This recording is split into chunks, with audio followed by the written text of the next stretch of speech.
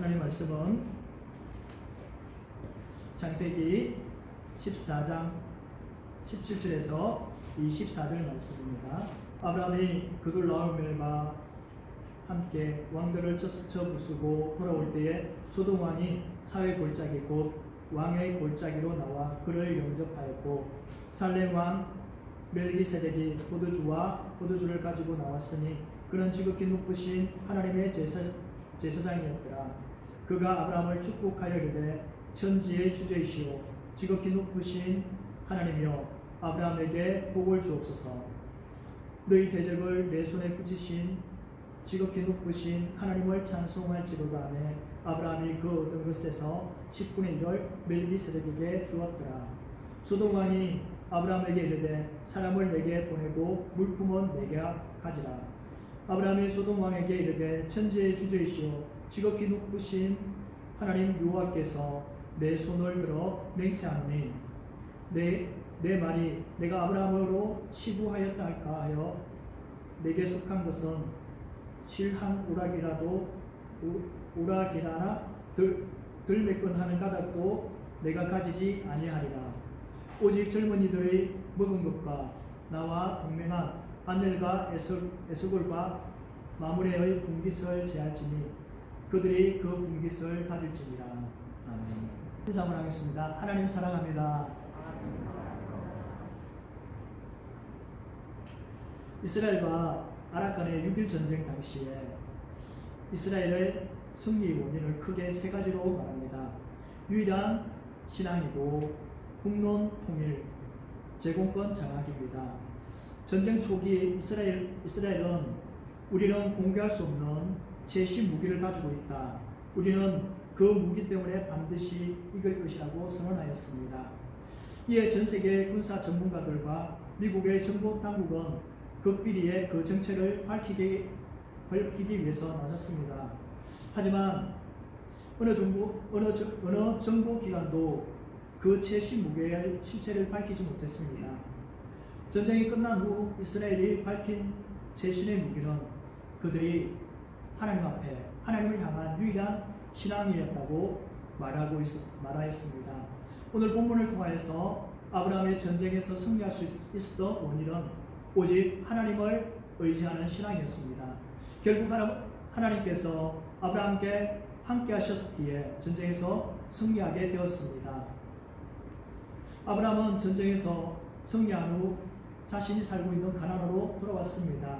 아브라함은 자신이 전쟁에서 승리하였지만 겸손한 마음으로 소돔 왕과 살렘 왕 멜기세덱을 만났습니다.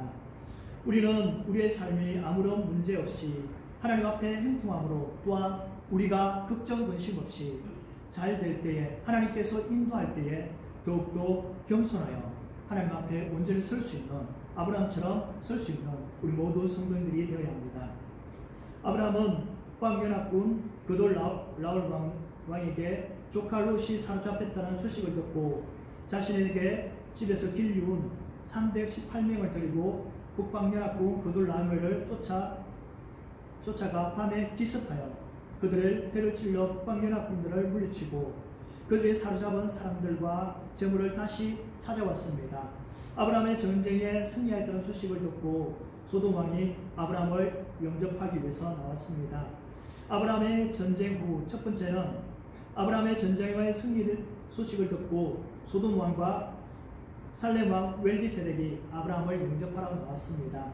17절 아브라함이 그돌라올 말과 함께한 왕들을 쳐부수고 돌아올 때에 소돔 왕이 사회 골짜기 곧 왕의 골짜기로 나와서 그를 영접하였고라고 합니다. 아브라함의 승리의 소식을 듣고 소돔 왕이 사워 골짜기로 아브라함을 마중 나왔습니다. 사워 골짜기는 왕의 골짜기는 뜻입니다. 이곳의 위치는 정확하지 않으나 살렘 왕 멜기세덱이 소돔 왕과 같이 등장한 것으로 보아 예루살렘에서 멀지 않았던 흰농 골짜기의 한 곳으로 추수가들이 말하고 있습니다. 또한 왕의 골짜기로 불려진 이유도 알 수 없지만 주의 경관이 아름답고 살렘 왕 멜기세덱의 왕궁이 있고 멜기세덱이 아브라함을 만난 장소이기 때문에 붙여진 이름이라고 말하고 있습니다. 소돔 왕은 지금까지 이방인 아브라함의 존재를 무시했으나 아브라함을 승리의 계기로 다시금 평가되고 승리의 계기로 아브라함을 극찬하며 자기의 편 일원으로 받아들였습니다. 왜냐하면 남방연합군 소돔왕과 북방연합군 그돌라온 왕이 전쟁을 하였을 때 소돔왕은 패하였는데 자신을 전쟁에서 패하였지만 아브라함은 그 전쟁을 승리로 이끌었기 때문입니다. 그래서 소돔왕은 이렇게 생각했을 것입니다. 아브라함과 연합하면 더 좋은 군대를 경험할 수 있고 또 소돔왕이 힘들고 어려울 때에 아브라함이 도와줄 수 있다는, 그렇기 때문에 아브라함을 자기의 일원으로 받아들였습니다. 그래서 소돔왕은 아브라함이 돌아오는 길에 미리 마중 나와 있었던 것입니다. 작은 부족의 족장을 소돔왕이 급진이 나와서 영접하였습니다. 그 이유는 포로로 잡혀갔던 백성들과 빼앗겼던 모든 것을 다시금 찾아왔기 때문입니다. 그러나 21절에서 나와 있지만 그는 백성들에게만 관심이 있었습니다. 왜냐하면 많은 백성들이 있으면 국력이 튼튼해지고 국력이 튼튼해야만 다른 나라들이 쳐들어오는 것을 막을 수 있기 때문입니다. 또한 자기의 나라가 튼튼해야만이 다른 나라를 정복할 수 있는 그러한 국력을 가질 수 있기 때문입니다. 소돔 왕은 사람들을 동원하여 무너진 소돔을 다시 세우기 위해서 사람들이 필요했기 때문에 아브라함에게 사람들은 자신에게 보내라고 말하고 있습니다. 결국 소돔 왕은 자신의 이기적인 생각으로 제약의 도시 소돔을 다시 재건하여 제약의 도시를 계속 유지하기를 원했던 것입니다. 이때 소돔 왕이 깨달아 제약에서 돌이켜 니느웨 왕처럼 하나님 앞에 회개하였다면 소돔은 아마 유황불로 멸망받지 않았을 것입니다. 그리고 소돔 왕에 의해서 살렘 왕 멜기세덱이 아브라함을 영접하러 나왔습니다. 18절 살렘 왕 멜기세덱이 떡과 포도주를 가지고 나왔으니 그는 지극히 높으신 하나님의 제사장이었다고 말합니다. 살렘 왕 멜기세덱은 아브라함이 전쟁에 승리하고 돌아올 때에 아브라함을 맞이하였습니다. 멜기세덱은 본문 창세기 14장과 시편 110편과 히브리서 5장에서 7장에서 대부분 기록되어 있는 것을 볼 수 있습니다. 여기에서 살렘은 예루살렘을 지칭한다고 합니다. 따라서 멜기세덱은 당연히 예루살렘을 다스리던 통치자라고 주석가들은 말하고 있는 것을 볼 수 있습니다. 시편 110편 4절에서 멜기세덱의 서열 반차는 나눔반과 차례의 차례 합성어에서 품례의 차례 방식 순서 등을 뜻을 가지고 있다고 말하고 있습니다. 그리고 히브리서 5장 6절에서 멜기세덱의 반차는 계열, 계통, 질서, 지위, 품질, 양식 등을 뜻합니다. 이것은 신분이나 등급, 풍계의 뜻을 반차, 반열을 말합니다. 이 같은 표현은 예수님께서 멜기세덱과 동일한 계열임을 말하고 있는 것입니다. 본절에서 살렘 왕이며 지극히 높으신 하나님의 제사장이라고 소개하고 있으며 히브리서 7장 3절에서는 아버지도 없고 어머니도 없고 족보도 없고 시작한 날도 없고 생명의 끝날도 없는 하나님의 아들을 닮은 항상 제사장으로 있었다고 소개하면서 멜기세덱은 그리스도에게 직접 적용하고 있습니다. 그리고 히브리서 5장 6절에서 7절은 멜기세덱이 어떤 인물인지 창세기를 제외하고 성경에서 구체적으로 기록이 없으므로 정확하게 알 수 없다고 말하고 있습니다. 그러나 중요한 사실은 앞으로 올 메시아가 하나님으로부터 직접 제사장 임명을 받았던 멜기세덱처럼 레위 지파가 아님에도 제사장의 역할을 하게 된다는 사실입니다. 메시아가 레위 지파 후손인 일반 제사장과 구별되는 특이한 점은 시편 110편 4절에서 영원한 제사장이라는 것을 볼 수 있습니다. 영원한으로 번역된 레올람은 메시아의 제사장직이 영원성을 강조하는 표현이라 할 수 있습니다. 본래 제사장직은 제사장이 살아있는 동안에만 할 수 있는 직무이며 죽으면 그 직무는 끝나고 그 후손에게 뒤를 잇습니다. 그러나 메시아의 제사장직은 일시적이거나 한 세대에 국한되어 것이 아니라는 것입니다. 시인은 레올람으로 표현된 그리스도의 제사장직, 즉 중보의 사역은 영원하다는 것을 나타내고 있습니다. 사실 그리스도는 이 땅에 계실 때에 하나님과 인간 사이를 중보하였을 뿐만 아니라 지금도 하나님 우편에서 당신의 백성들을 위하여 중보하고 계십니다. 즉 그리스도는 시간적으로 제한을 받고 불완전한 인간 제사장과 구별되는 영원한 제사장이신 것을 말하고 있는 것입니다. 중요한 것은 멜기세덱이 그리스도의 제사장직의 완전함을 상징하는 예표적인 인물입니다. 그가 하나님에 의해 세움을 받은 하나님의 제사장이었던 것처럼 그리스도 역시 그러합니다. 이러한 살렘왕 멜기세덱이 아브라함을 찾아왔습니다. 멜기세덱은 승리하고 돌아온 아브라함과 군사들에게 가나안 땅의 주산물인 떡과 포도주를 가지고 나왔습니다.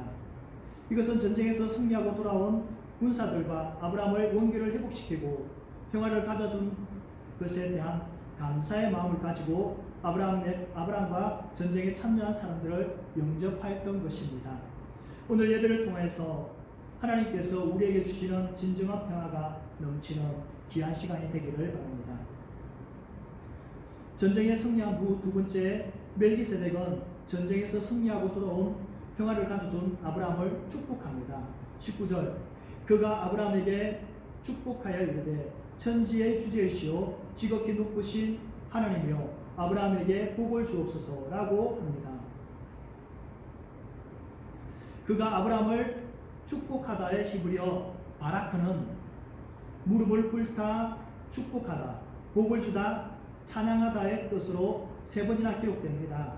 이것은 아브라함의 이름에서 알 수 있듯이 아브라함이 복을 거느이며 모든 족속이 그로 인하여 복을 얻고 약속받았던 복을 받는다는 뜻입니다. 멜기세덱이 아브라함을 축복하는 이곳에 그 약속의 최초 성취된 것을 볼 수 있습니다.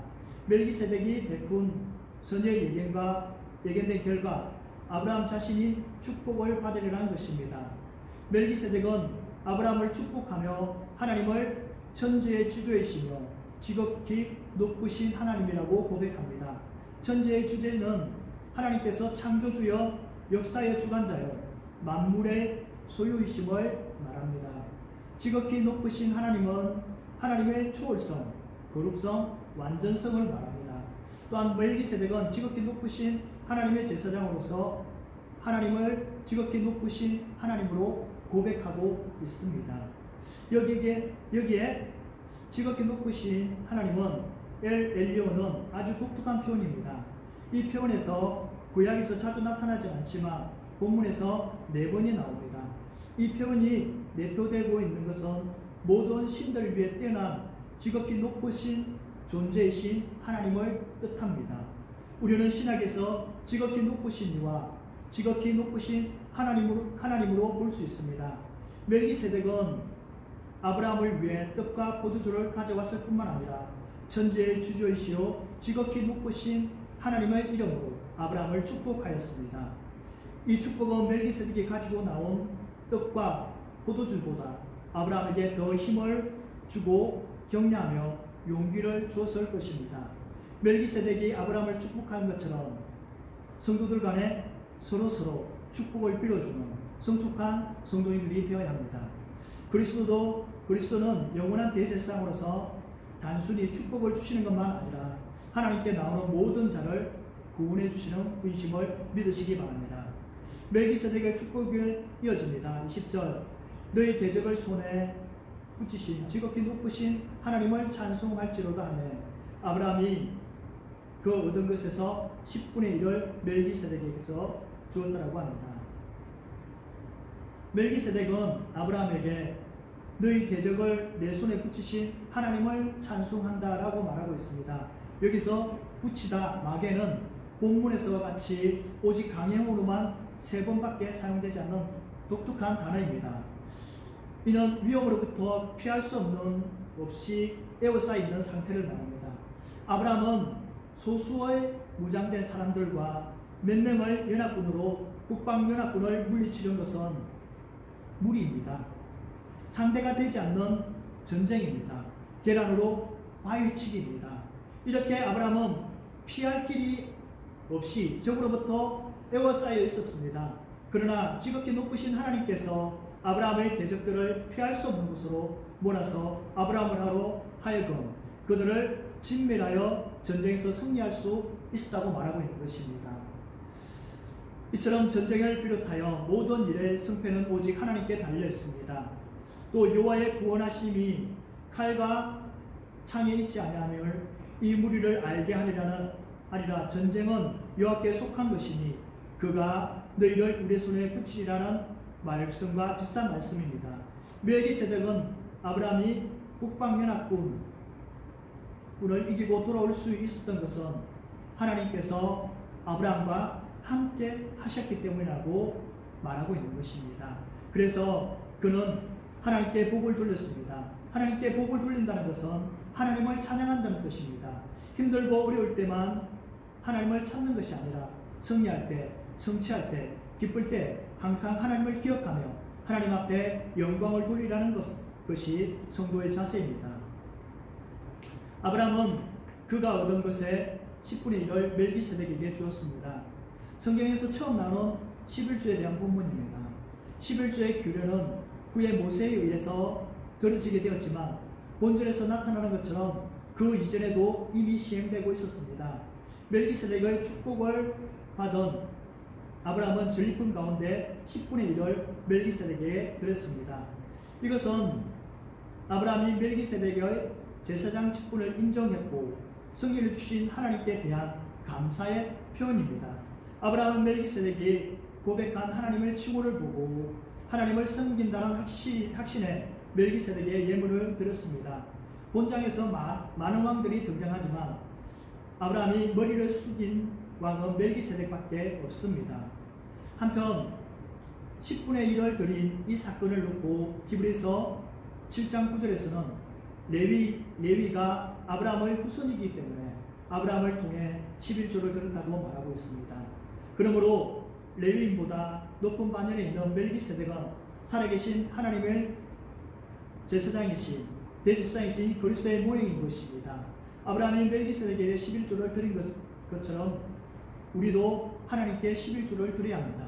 왜냐하면 하나님께서 주신 것의 10분의 1은 여호와의 성물이기 때문입니다. 간혹 10분의 1을 드려서 그만큼의 생활이 어려워질까 염려되어서 11조를 드리지 못하는 분이 있습니다.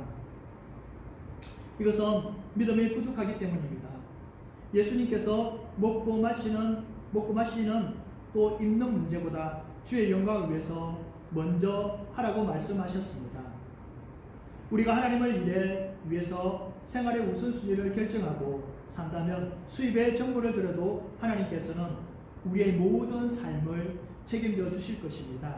11조에 관해서는 말라기 3장 11절에서 분명하게 말씀하고 있습니다. 만군의 여호와가 이르노라 너희 온전한 11조를 창고에 들여 나의 집에 양식이 있게 하고 그곳으로 나를 시험하여 내가 하늘 문을 열고 너희에게 복을 쌓을 곳이 없도록 붙지 아니하냐 보라고 기록되어 있습니다. 우리가 솔직히 우리가 10분의 1이 아니에요. 우리의 모든 소유물, 모든 것이 하나님 것입니다. 그래서 우리의 모든 것을 어떻게 보면 하나님 앞에 드려야 되는 것을 맞습니다. 그럼에도 불구하고 하나님께서는 우리에게 10분의 1만 요구하고 있다는 것입니다. 유명한 사람들 또 많은 세상가들은 대부분이 하나님 앞에 어릴 때부터 하나님의 것을 구별하면서 한 주머니는 하나님 것, 한 주머니는 나의 것 하면서 그들이 점점 더 풍성하게 잘 때에 어떤 분은 10의 9조를 하나님 앞에 드린 분도 있습니다. 우리도 하나님 앞에 정말 드림으로 인해서 오늘 말라기 3장 10절에서 하나님 앞에 11조를 드림으로 말미암아 하나님의 축복이 임하는지 안 하는지 하나님께서 분명히 시험해보라고 말씀하고 있습니다. 그래서 우리는 언제나 11조를 들음으로 말미암아 하나님 앞에 복을 받는 그러한 성도님들이 되어야 합니다. 전쟁을 승리한 후 세 번째 전쟁에서 가지고 온 물품을 소돔 왕이 아브라함에게 가지라고 말합니다. 21절 소돔 왕이 아브라함에게 이르되 사람을 내게 보내고 물품을 내게 가지라고 말합니다. 소돔 왕은 멜기세덱의 진심 어린 마음과 비교됩니다. 소돔 왕은 아브라함이 전쟁에 참여하여 군인들을 위해서 아무것도 가져오지 않았습니다. 멜기세덱은 떡과 포도주를 가지고 나왔습니다. 멜기세덱은 아브라함을 축복했지만 소돔 왕은 단지 6마디 짧고 무례한 말을 하였습니다. 어떻게 보면은 오히려 소돔 왕이 떡과 포도주를 가지고 아브라함을 영접해야 합니다. 왜냐하면 잘 아시다시피 소돔에 있는 사람들과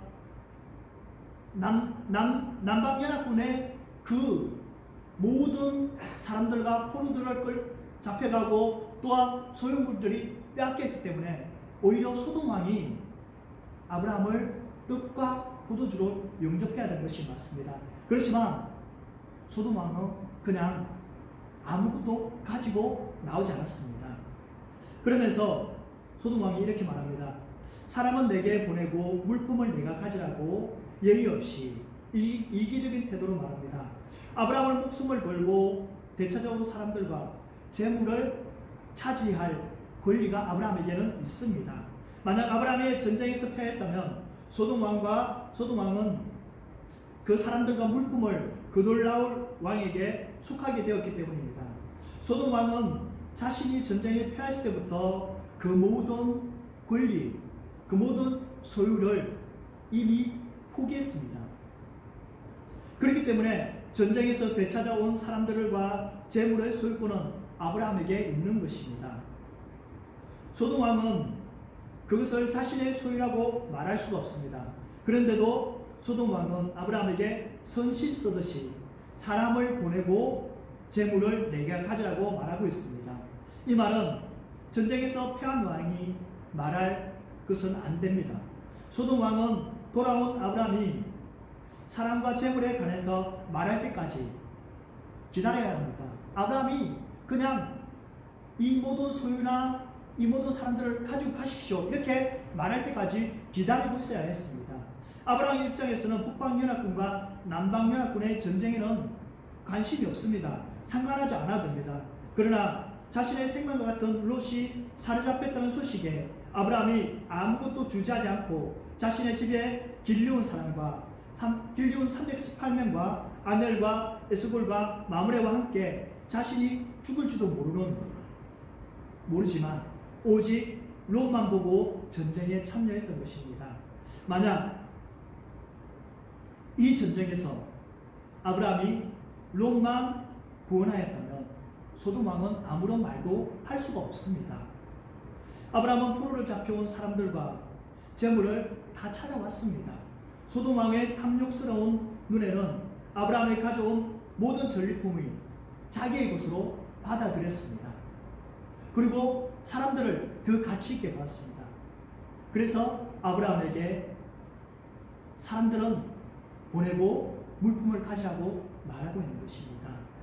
이는 악의 교만으로 겸손을 모르고 끝까지 자기 중심적인 소돔 왕을 볼 수 있는 것입니다. 아브라함은 소돔 왕에게 말합니다. 22절 아브라함이 소돔 왕에게 이르되 천지의 주제이시오 지극히 높으신 하나님 여호와께서 내가 손을 들어 맹세하노라고 말하고 있습니다. 멜기세덱의 앞에서 아브라함을 축복하며 천지의 주제이시오 지극히 높으신 하나님이라고 고백하였습니다. 아브라함은 여호와의 하나님 명칭을 더하여 언약에 신실하신 하나님을 말하고 있습니다. 하나님이 신실한 것처럼 자신도 신실하게 맹세하여 반드시 지키겠다는 의지입니다. 아브라함은 소돔 왕과 자신의 사이에서 그 문제에 해결할 때 하나님을 개입시켰습니다. 이것은 인간관계에 있어서 하나님 앞에서 행하듯이 신실하게 지키겠다는 아브라함의 신앙 자세입니다. 또한 내가 손을 들어 맹세하다 해서 맹세는 원문에서는 없습니다. 단순히 내가 손을 들었다로 되어 있습니다. 이것은 고대 시대의 맹세의 표현입니다. 왜냐하면 하늘을 향하여 손을 들어 우리는 하나님을 정인으로서 그분 앞에 호소하며 우리가 이 맹세를 이행하지 않으면 그것을 보복하시는 분으로서 하나님께 호소하고 있는 것입니다.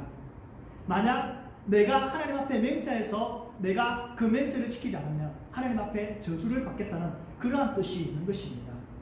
아브라함은 이런 맹세를 한 이유가 소돔 왕이 말하는 재물은 아브라함의 소유를 가지고 가고 사람은 내게로 돌리라는 말에 아브라함은 재물까지도 가지지 않겠다는 선언을 한 것입니다. 그래서 아브라함은 23절에서 내 말이 내가 아브라함으로 치부하였다 할까요?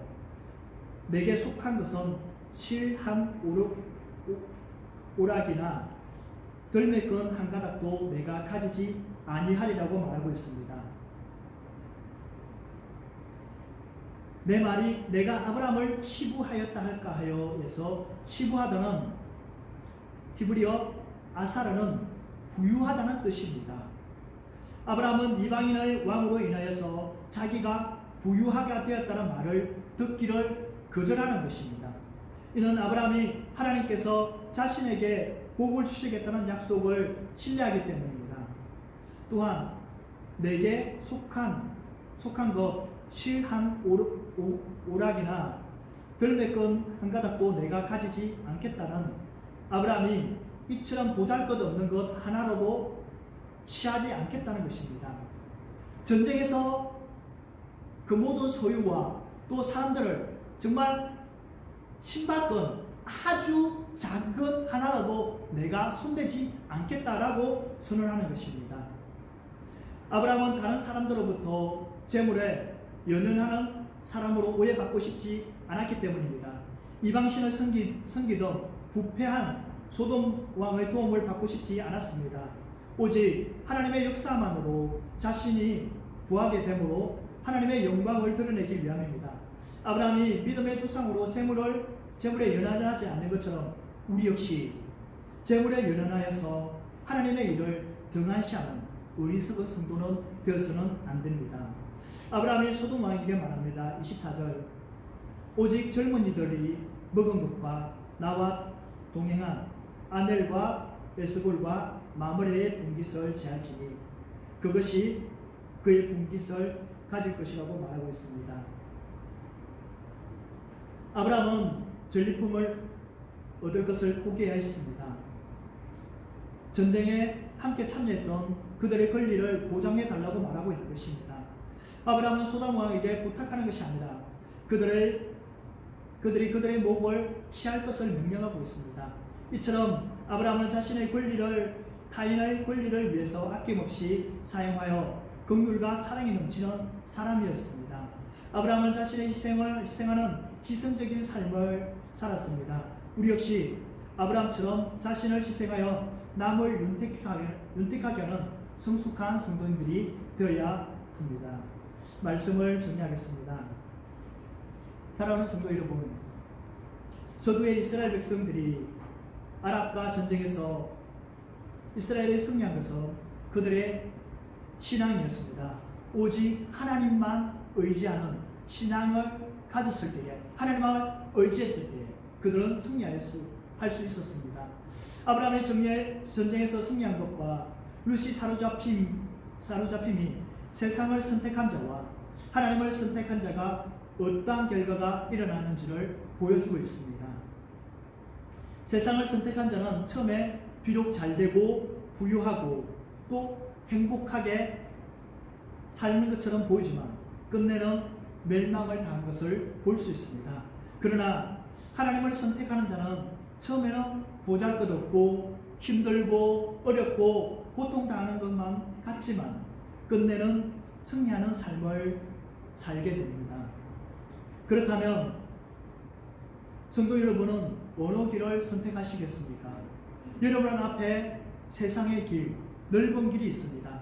그리고 하나님의 길, 좁은 길이 있습니다. 일시적 행복과 만족을 위해서 멸망의 길을 가시겠습니까? 아니면 당장은 고통스럽고 힘들어도 생명의 길과 승리의 길을 가시겠습니까? 선택은 여러분들의 몫입니다. 아브라함처럼 하나님의 길을 선택하여 축복을 받을 수 있는 반면 룻처럼 선택하여 자신의 생명까지 위험을 받는 이러한 상황에 처할 수도 있습니다. 전쟁에서 승리한 후 아브라함은 멜기세덱의 축복을 받았습니다. 그러나 룻은 그 축복을 받지 못하고 전쟁의 포로로 돌아왔습니다. 우리는 오직 하나님만 의지하여 영적인 전쟁과 육적인 전쟁에서 승리하여 아브라함처럼 하나님께 복을 받고 믿음의 조상이 되는 저와 성도님들 되시기를 축원합니다. 기도하겠습니다. 참 좋으신 주님, 주님 은혜와 사랑을 감사함을 드립니다.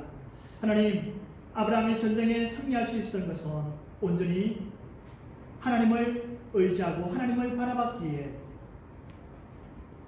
전쟁이 북방 연합군과 아브라함과의 전쟁은